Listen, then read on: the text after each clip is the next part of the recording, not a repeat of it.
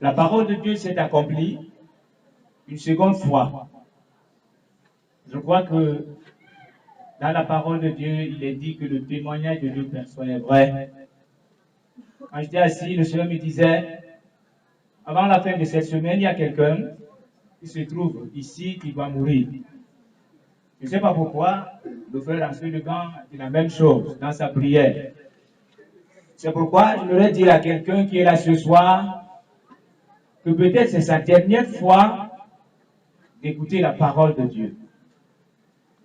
Vous savez, aujourd'hui, ce n'est pas tous ceux qui viennent au deuil qui pleurent. Parce que moi, je me rappelle une histoire, une de mes belles-sœurs, qui avait des problèmes avec sa belle-mère. Alors, quand sa belle-mère est décédée, elle s'est dit que, mais, quand dira-t-on, si je ne pleure pas, on dira que je n'ai pas pleuré. Elle est allée acheter le mentorantum. C'est elle qui m'a raconté l'histoire. Elle a frotté le mentorantum aux yeux. Elle est entrée là où se trouvait le corps. Elle s'est mise à crier, waouh, waouh. Et elle explique qu'elle a ouvert largement ses yeux pour que le mentorantum pénètre ses yeux et que les larmes coulent.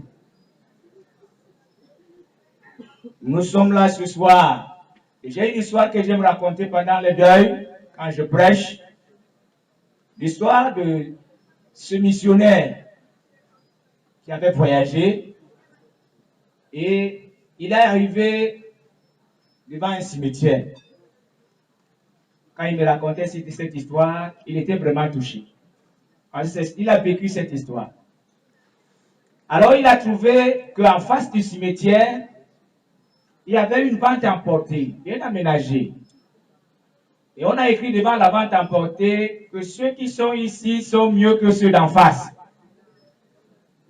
Alors il s'est tourné de l'autre côté, il a vu que c'était le cimetière. Et il a vu, il y avait une petite plaque là. Semble-t-il que c'est le gardien du cimetière qui avait écrit. Il a dit, ceux qui sont ici viennent d'en face. Ça veut dire que le gardien, lui, était choqué. Parce qu'on avait écrit que ceux qui sont dans la vente emportée sont mieux que ceux qui sont en face. Mais il était en face. Et c'est pour cela qu'il a écrit, ceux qui sont ici viennent d'en face. Comprenez que chacun de nous, Maman Matobi a eu la grâce. Je dis elle a eu parce que demain matin, elle sera enterrée, mais dans un cercueil. Nous qui sommes là ce soir, personne ne peut me certifier qu'il sera enterré dans un cercueil. Personne. C'est la grâce qu'elle a eue. Peut-être c'est le poisson qui va te marier, peut-être c'est le caïman. Peut-être tu vas mourir dans un crash d'avion. On ne verra pas ton corps. Comprenez que chacun de nous, d'ici 100 ans, ne sera plus vivant. Est-ce que tu peux dire Amen? Amen. C'est vrai. D'ici 100 ans, personne de nous ne sera vivant. Mais la grande question qu'on peut se poser ce soir est que, après la mort, qu'est-ce qui se passera? Aujourd'hui, les hommes disent qu'il y a la réincarnation. Ça veut dire que si tu meurs, et un collègue me disait un jour que si tu étais méchant, de l'autre côté, tu deviendras un arbre ou un animal. Je lui ai posé la question de savoir, dans sa famille, est-ce qu'il a vu quelqu'un qui a été réincarné? Il a fermé sa bouche. Mes frères, Dieu nous a donné sa parole qui est la Bible. La Bible ne nous parle pas de la réincarnation, mais la Bible nous dit qu'il est réservé aux hommes de mourir une seule fois et après vient le jugement. Ça veut dire que un jour tu passeras en jugement devant le Seigneur. Notre Dieu est un Dieu d'amour. La parole de Dieu dit dans le livre de 1 Corinthiens 10, 26 que la terre et ce qu'elle renferme appartient à Dieu. Comprenons que tout ce que nous avons, tout ce que nous touchons, tout ce que nous voyons appartient à Dieu. Mais nous sommes les responsables de famille. Qui peut accepter que quelqu'un habite dans sa maison et qu'ils disent à la personne, je n'aimerais pas que tu entres chez moi à 19h, à plus de 19h. Et que tous les jours, cette personne vient à 23h, 2h du matin. Je vous assure, je pense que personne ne peut l'accepter. Et il y a certains parents qui n'aiment pas que quand ils dorment, les enfants viennent cogner. C'est pas vrai? Nous avons donné les lois chez nous. Nos femmes doivent suivre, ça veut dire qu'elles doivent suivre à la lettre ce que nous les hommes nous disons. Nos enfants doivent suivre à la lettre ce que nous disons. Mais pourquoi nous les hommes ne voulons pas écouter, ne voulons pas suivre ce que Dieu nous dit? Nous mangeons la nourriture de Dieu. Nous buvons l'eau de Dieu. Nous nous couchons sur les lits de Dieu parce que la Bible dit que tout ce que la terre renferme appartient à Dieu. Mais nous ne voulons pas faire ce que Dieu veut. Et d'autres osent même dire que Dieu n'existe pas. Dans la Bible, il est écrit que le souffle que tu as là, Dieu le tient entre ses mains. Ça veut dire que s'il fait comme ça, tu tombes comme une feuille morte, même si tu as 50 barres magiques. C'est Dieu qui tient ton souffle. Notre Dieu est un Dieu plein d'amour. Parce que quand nous regardons depuis le jardin d'Éden, Dieu a commencé à montrer qu'il aime l'homme. Il a créé Adam et Ève et il leur a donné des instructions. Quand le diable est venu, il a dit, mais ce Dieu-là manque. Il dit que vous ne mourrez point. C'est le diable qui disait aux hommes que vous ne mourrez. Mais est-ce que nous ne mourrons pas aujourd'hui? La mort frappe partout. Regardez dans les maisons où vous voyez chien méchant. Mais quand la mort entre là-bas, le chien n'est plus méchant. On l'attache. La maison, là où on te demandait d'essuyer les pieds avant d'entrer, tu entres sans essuyer les pieds. Les ennemis que tu avais haïs, tu ne voulais pas voir. Ce jour-là viendront voir ton corps. Et ils mangeront des arachides. Et ils boiront quoi? Le café. Ça va nous faire réfléchir. Dieu a parlé à Noé. Il a dit à Noé, dans le livre de Genèse, chapitre 2, verset 17. Commençons d'abord par la parole que Dieu a dit à Adam. De Genèse 2, 17. Mais tu ne mangeras pas de l'arbre de la connaissance du bien et du mal, car le jour où tu en mangeras, tu mourras. C'est ce que je viens de vous dire. Parce qu'il faut que je vous donne les versets. Sinon, on va dire que l'homme l'a parlé aujourd'hui, il a menti, il n'a pas dit la vérité. Genèse 6, 13. Alors, Dieu dit à Noé, la fin de toute chair est arrêtée devant moi, car ils ont rempli la terre de violence. Voici, je vais les détruire avec la terre. Dieu a dit la vérité. Quand Dieu a décidé de détruire les méchants, il a demandé à Noé de construire l'arche. Ceux qui voyaient Noé construire l'arche ont traité Noé de fou, parce qu'on n'avait jamais vu quelqu'un construire un bateau de la sorte. Noé a construit pendant 1 an, 2, 3, 5 ans. Les gens passés disaient seulement que vraiment l'homme là est fou. Mais Noé avait la parole de Dieu. Noé savait que Dieu a dit, ce qu'il a dit va s'accomplir. Quand le temps de Dieu est arrivé, Dieu a ouvert les écluses du ciel, l'eau est descendue et l'eau a détruit les méchants. Il n'y a que 8 personnes qui ont été sauvées. Dieu a dit la vérité, oui ou non? Au temps de Sodome et Gomorrhe, Genèse 18, 20, et l'Éternel dit, le cri contre Sodome et Gomorrhe s'est accru et leur péché est énorme. Et Dieu dit à l'autre, sors. Quand Dieu a dit à l'autre, sors, dans Genèse 19, 14, l'autre sortit et parla à ses gendres. Ce jour-là, l'autre est sorti, il a dit à ses gendres, ceux qui ont épousé cela, sortez avec moi. Dieu va détruire Sodome et Gomorrhe avec le feu. Il n'avait jamais vu le feu descendre du ciel. Mais quand le temps de Dieu est arrivé, Dieu a ouvert le ciel, le feu est descendu, et 2 villes, Sodome et Gomorrhe, ont été détruites par le feu, et il n'y a que 3 personnes. Vous voyez, nous sommes quittés de 8, nous sommes descendus à 3. il n'y a que 3 personnes qui ont été sauvées. Rentrons maintenant sur notre génération. Parce qu'il y a beaucoup de questions qui se posent. Mais qu'est-ce qui va se passer après? Suivons alors ce que la Bible dit. Pour notre génération, Actes des Apôtres, chapitre 1, versets 9 à 11. Après avoir dit cela, il fut élevé pendant qu'ils le regardaient, et une nuée les déroba à leurs yeux.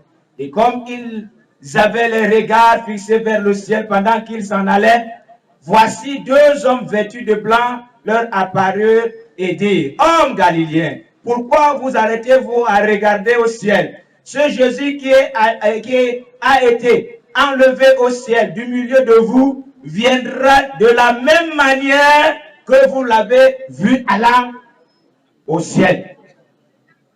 Donc, quand les anges sont venus, les anges ont dit aux apôtres: ne perdez pas le temps, il est déjà parti. Mais comme vous le voyez, il reviendra.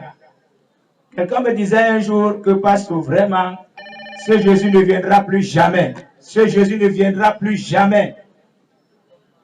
Il m'a dit: tu sais comment on l'a frappé? Tu sais comment on l'avait fouetté?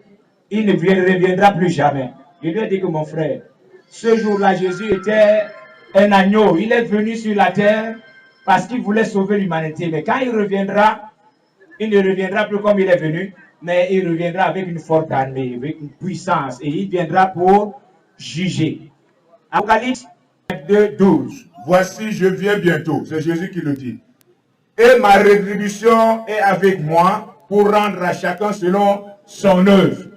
Donc, nous comprenons dans la parole de Dieu que Jésus reviendra et il va réclamer à chacun de nous ce qu'il a fait. Donc, chacun de nous rendra compte pour ce qu'il a fait.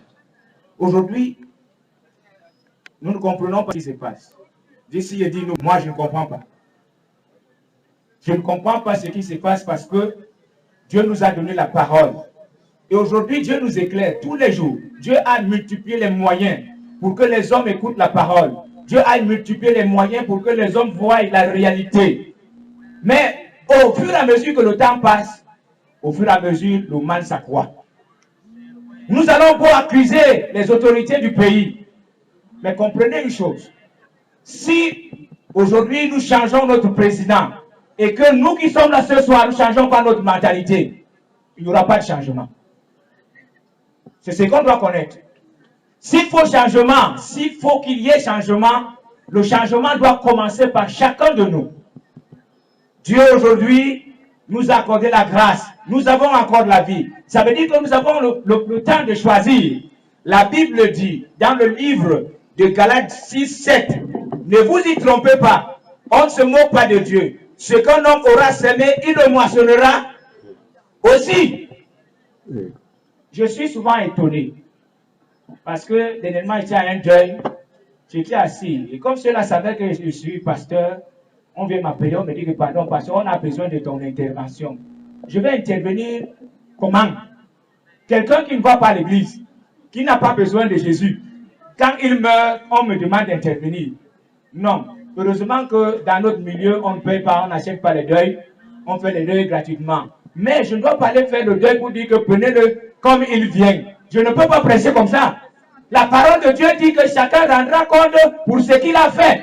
Ce n'est pas la prière que je vais faire après ta mort. Ce n'est pas la prédication que je vais faire après ta mort qui t'enlèvera, comme d'autres disent, qu'il faut en quitter maintenant du purgatoire pour aller au paradis. Dans la Bible, le mot purgatoire n'existe pas.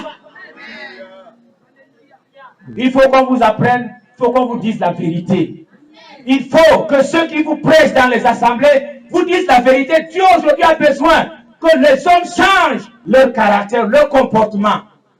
Ce n'est pas les offrandes que vous donnez à l'église. Ce n'est pas des titres que vous avez à l'église qui vous sauvent. Mais c'est l'acceptation de Jésus qui est mort sur la croix. Nous sommes en train de préparer la Pâque. Il y a beaucoup qui ont multiplié les messes parce qu'il faut avoir beaucoup d'argent. Et cela ne peut pas dire la vérité. Je me rappelle un jour, j'étais en train de prêcher à l'église. J'ai prêché que ceux qui ne sont pas légalement mariés ne doivent pas donner la dîme. Ça a porté la division dans l'église.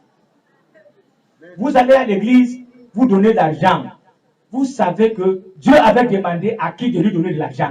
C'était à ses enfants.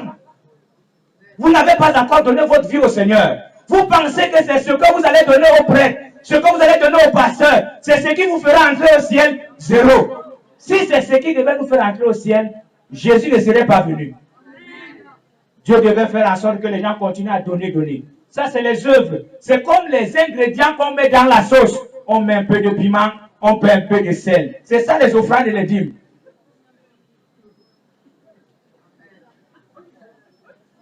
Ne vous moquez pas de Dieu. Aujourd'hui, les hommes se moquent de Dieu. Non. Comprenez que Dieu nous a donné la liberté. Vous pouvez faire tout ce que vous faites aujourd'hui. Dieu vous laisse. Mais comprenez que Dieu vous attend au tournant. Faites tout ce que vous faites. Aujourd'hui, on parle de la corruption. J'étais dernièrement fait les achats en ville. Et c'est ce qui est monnaie courante. Quand tu arrives, quelqu'un te dit que je mets le bon prix. Vous voyez les maisons poussées aujourd'hui. Vous voyez les voitures pleines en route. Si chacun de nous vivait seulement de son salaire, on n'aurait pas de voitures comme ça.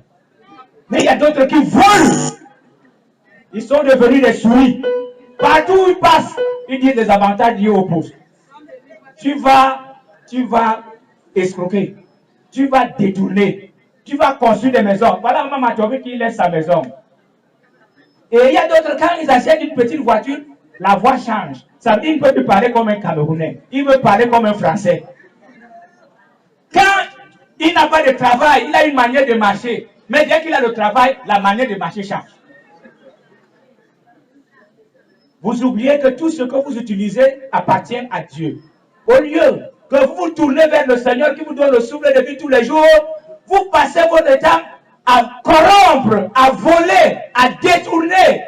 Mais demain, vous mourrez. Vous laisserez toutes ces choses. Vous connaissez, si je donne le nom de la personne, vous saurez. Un grand de ce pays qui est mort. Après sa mort, ses enfants ont pris les caterpillars parce qu'ils ne parvenaient pas à partager les biens. Ils ont commencé à casser les maisons avec les caterpillars. Vous allez laisser les biens, vos enfants vont disputer et peut-être même vont s'entretuer. Mais comprenez que vous irez si Dieu ne vous aide pas sans caleçon. Vous allez tout laisser. Vous allez tout abandonner. Je pense que ce soir, les femmes ne vont pas chanter le chant là. Parce que j'entends souvent les femmes chanter ce chant dans le deuil. Ça, c'est pas vrai. Vraiment, les femmes ne chantaient plus ça. Comment les femmes sont devenues des gênes partout où elles vont? Il faut qu'elles laissent à côté. Aujourd'hui, c'est monnaie courante. Il y a beaucoup qui ont détruit leur foyer. C'est dehors qui peut appeler un homme chéri. Mais dans sa maison, elle appelle son mari démon. Il y a une maman qui est venue me voir. Elle avait environ 65 ans. Elle a pleuré. Elle me dit, pasteur, viens chasser le démon qui est dans ma maison. Je lui demande, maman, tu as fait comment pour voir le démon? Elle me dit, elle a pleuré. Pleuré. Après, elle me dit que le démon là, c'est mon mari. Aujourd'hui, tu vois ton mari démon. Et tu as des concubins et des concubins dehors. C'est là-bas que tu penses te consoler. Tu as abandonné ta femme. Tu vas dehors. Tu penses te consoler. Voilà alors le diable a mis les pièges. Il y a des maladies là-bas. Je suis très sûr qu'il y a certains parmi vous qui sont malades. Malades et que les docteurs ont déclaré que les maladies sont incurables à cause du péché. Mais je vous dis ce soir, notre Seigneur et Sauveur Jésus guérit toute maladie. Si tu as attrapé une maladie à cause de ton péché, à cause de ta manière de marcher, parce que tu t'es éloigné de Dieu, tourne-toi vers Jésus qui a dit, venez à moi vous tous qui êtes fatigués et chargés, moi je vous donnerai du repos. Mais il y a beaucoup de personnes qui ne sont pas fatiguées. À mon patois, on dit que un fou ne sait jamais, qui ne sait jamais que le bagage pèse. Il y a beaucoup de personnes qui sont dans leur situation, demeurent dans leur situation et préfèrent rester dans leur situation. Mais dans ce verset, il est écrit, celui qui est d'abord comment? Fatigué. Tu es fatigué de ta situation? Tu es fatigué du désordre dans ton foyer?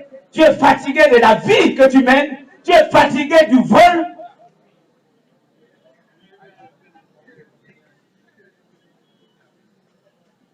Il y a aussi d'autres qui ont lié des hommes dans leur cœur. Ça veut dire qu'ils ne saluent pas ces gens-là. Il y a un monsieur qui est tombé malade. Il a vu que d'ici peu, il va mourir. Il savait que lui et son frère ne s'entendaient pas. Il a envoyé qu'on appelle son frère. Quand son frère est venu, il dit à son frère, vraiment, je veux qu'on se réconcilie parce que je vois que je vais mourir. Alors, ils se sont réconciliés. Son frère était très content. Quand son frère voulait sortir, il dit à son frère que, s'il te plaît, si je meurs, considère que ce que nous avons fait a été fait. Mais si je vis, annule tout ce qu'on a fait. Il y a des hommes comme ça, qui disent les voisins, qui disent les membres de famille, les belles-mères, les beaux-pères, et ils disent, même si Dieu descend, je ne peux pas te pardonner. Il y a une dame qui était dans l'église avec son mari. Elle était évangéliste, elle montait, elle annonçait la parole de Dieu. Alors son mari avait un pied dans l'église, un pied dehors. Alors un jour, son mari est tombé dans le péché. Alors vous savez, dans certaines églises, quand tu tombes dans la fornication, il faut te tenir devant tout le monde pour dire que vraiment je suis tombé.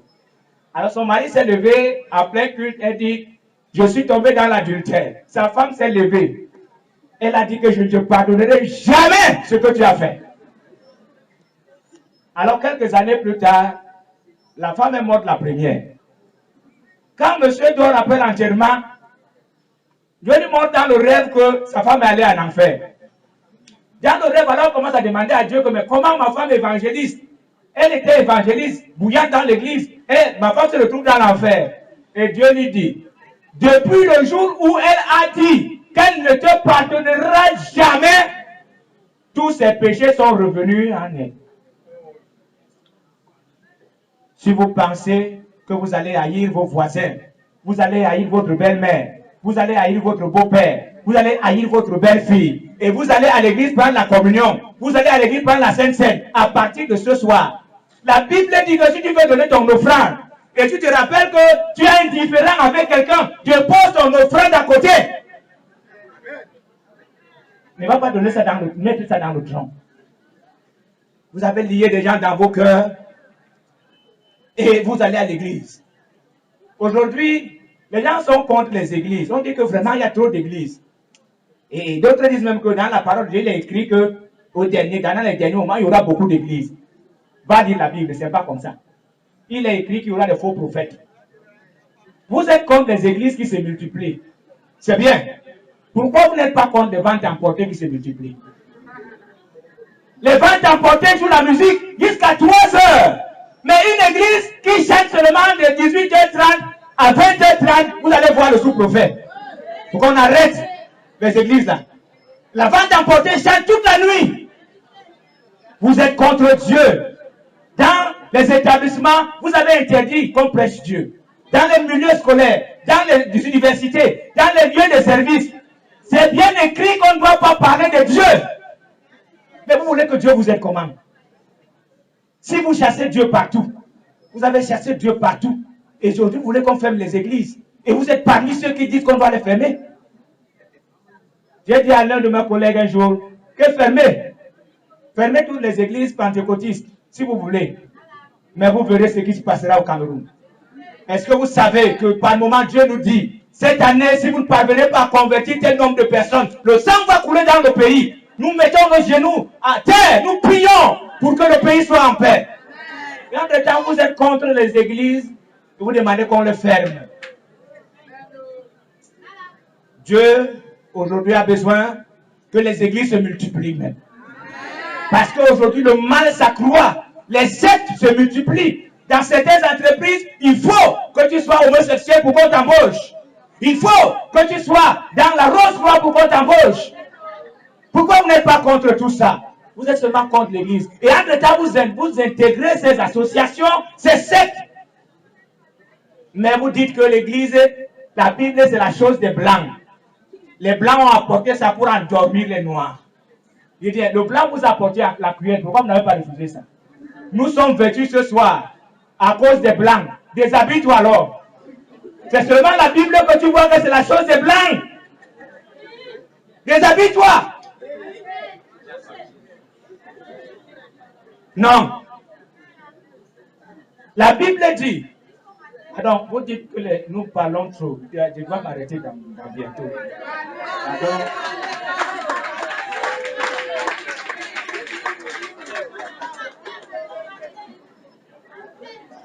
Alors, vous voyez, il y a un péché qui mine notre société ces derniers temps.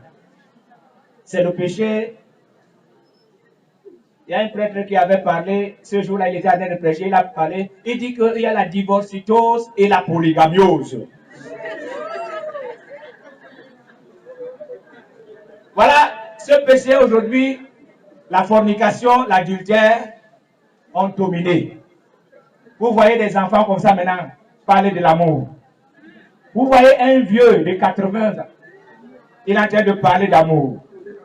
Et comme, voilà, merci. Il y a un morceau qu'on a sorti là maintenant. Quelqu'un a osé dire qu'on ne doit pas chanter peut-être ce morceau là-bas, dans sa province. Il a failli perdre son poste. Pourquoi? Parce que ce péché qui est dedans, lui il a vu que c'est mauvais. Regardez comment on a. Mais si vous voyez, dans la vente d'emporter le vieux, je ne parle pas, vous connaissez la chanson. Comment voulez-vous que Dieu descende dans les milieux où on parle de ces choses terribles, où on ne le glorifie pas? Quelle qualité de musique mets-tu dans ta maison? Et c'est comme ça que les grossesses indésirées, maintenant il y a des professionnels. Nous pleurons qu'il y a des criminels dehors. Il y a des agresseurs. Comme ce soir-là, il y a les arracheurs de portables. Nous pleurons. Ils sont nombreux.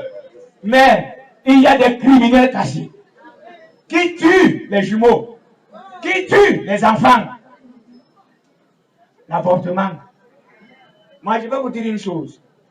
Quand ma mère m'a conçu, elle faisait encore pour moyen 2. On a décidé qu'elle doit avorter. Heureusement que mon grand-père n'a pas accepté, elle-même aussi n'a pas accepté. Je vous assure que ma mère serait malheureuse aujourd'hui. Parce que je suis son unique fils. Elle serait malheureuse. Parce que si elle a un bon téléphone aujourd'hui, c'est moi. Si elle doit aller à l'hôpital, c'est moi. Vous, aujourd'hui, vous êtes en train d'envoyer les enfants dans les WC.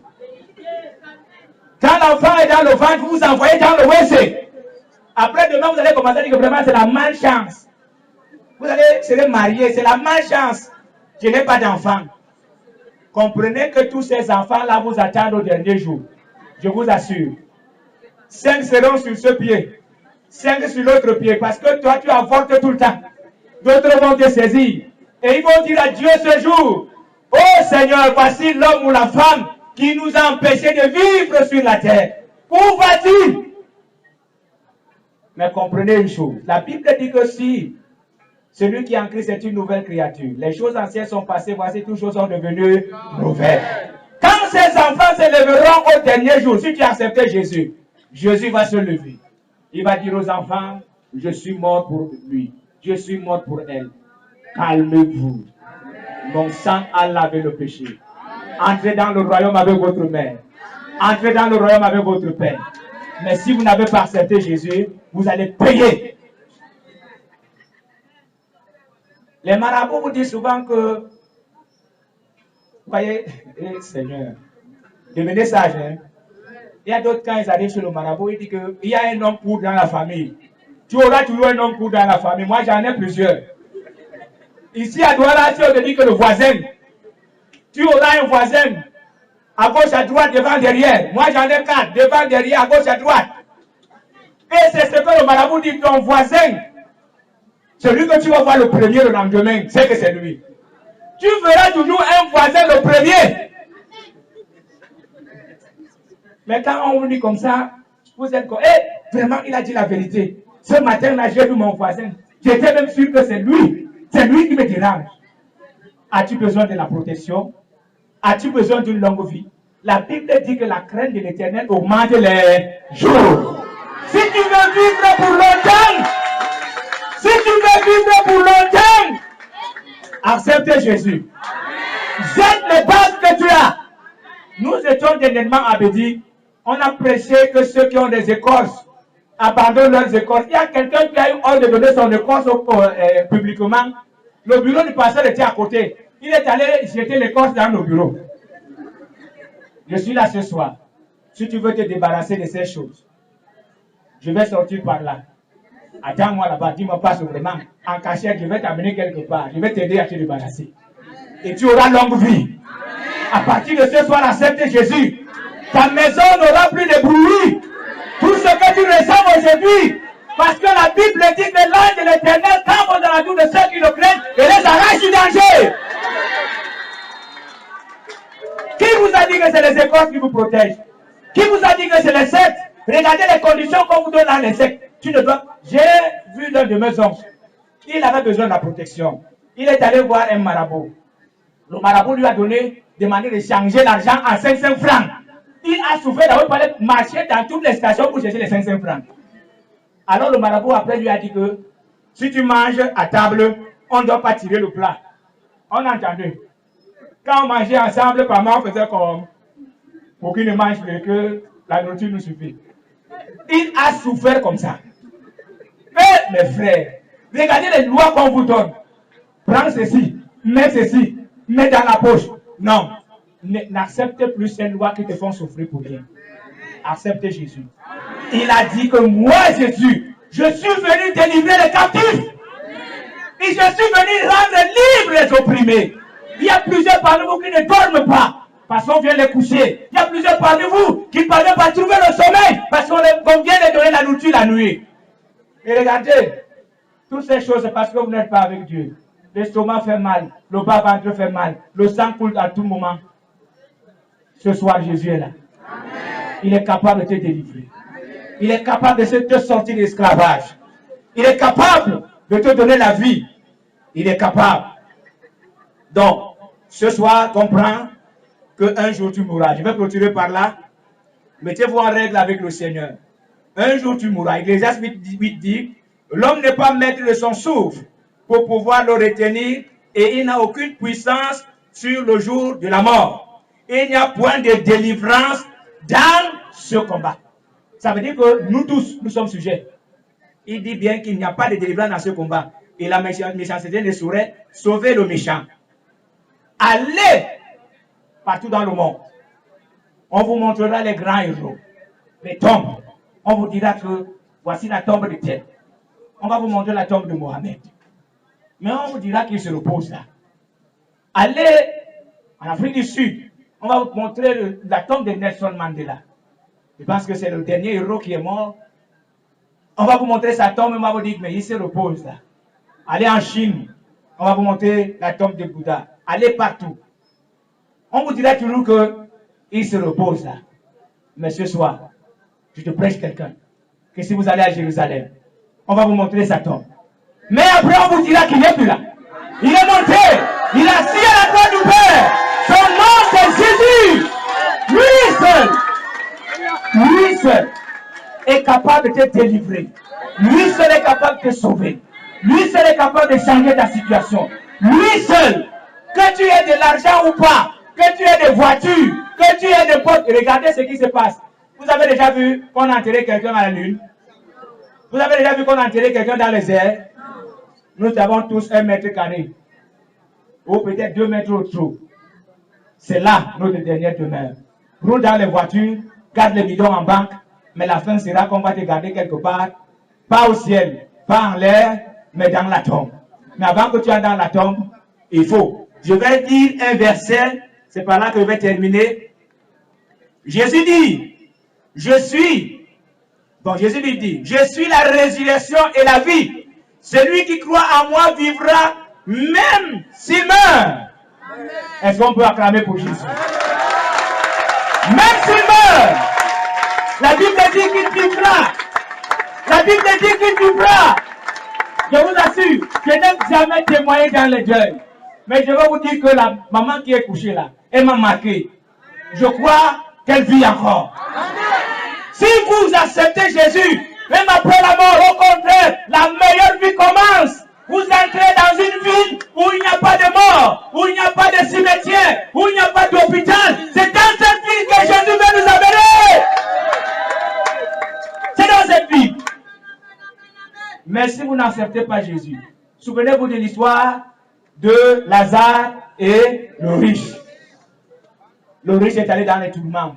C'est quand il était en train de souffrir qu'il voit Abraham et dit, mais s'il te plaît, envoie Lazare chez moi. Et dans la maison de mon père, j'ai encore 5 frères qui les attestent de ces choses pour qu'ils ne me retrouvent pas ici. Vous avez la grâce ce soir d'entendre la parole. Il ne faut pas qu'après la mort, vous vous retrouvez dans les tourments. La vraie vie pour un chrétien commence après la mort. Pas de morgue là-bas, pas de cimetière, pas d'hôpitaux, pas de comment on appelle encore de côté là. Le palais de justice, il n'y a pas de palais là-bas. Mais la Bible nous dit que là-bas, il n'y a que la joie, et il y a la paix, et il y a le bonheur. Ce soir, j'aimerais que quelqu'un dise à Dieu, j'ai entendu. Mais j'aimerais qu'après ma mort, que la nouvelle vie commence. À partir de ce soir, j'abandonne tout ce qui me donnait de l'orgueil. Tout ce que moi je pensais que ça protégeait. Et je donne entièrement ma vie à toi. J'aimerais que quelqu'un dise ce soir dans son cœur, Seigneur, je me repens de ce que j'ai fait. Seigneur, je me repens. Et moi, je vais prier le Seigneur. Vous savez, un jour, on avait prié pour moi comme ça. J'étais dans la foule. C'était en 89. Dans la foule. Et Dieu a écouté ma prière. Depuis 89, je marche de victoire en victoire avec le Seigneur. Amen. C'est pourquoi je vais prier pour terminer. Si vraiment ce soir tu décides de donner ta vie au Seigneur, si tu es courageux, tu peux te lever pour dire à Dieu, vraiment, ce soir, je donne ma vie à toi. Ce soir, je décide vraiment de marcher avec toi. Mais si tu n'as pas de courage, reste assis. Ce qui est important, c'est ce qui sort de ton cœur. Montrer à Dieu que vraiment tu veux changer. Et là maintenant, la prière que je vais faire aura un effet. Et notre Dieu fera des merveilles. Pour ta tête maintenant, j'aimerais que... Voilà, nous allons prier le Seigneur.